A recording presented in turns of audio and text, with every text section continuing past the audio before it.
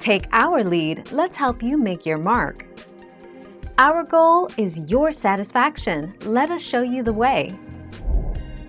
Sign in on your iPhone, iPad, or iPod Touch. Open the Settings app. Tap Sign in to your device.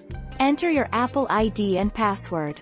If prompted, enter the 6-digit verification code sent to your trusted device or phone number and complete sign in.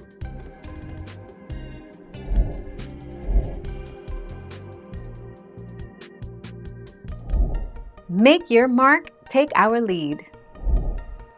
Tap Settings, Screen Time, Content and Privacy Restrictions greater than iTunes and App Store purchases.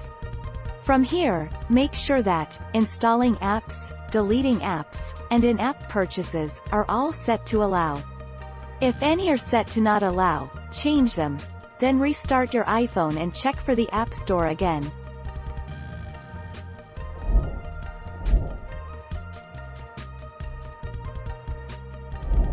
Make your mark, take our lead. To do the same, open Settings, Apps and Notifications.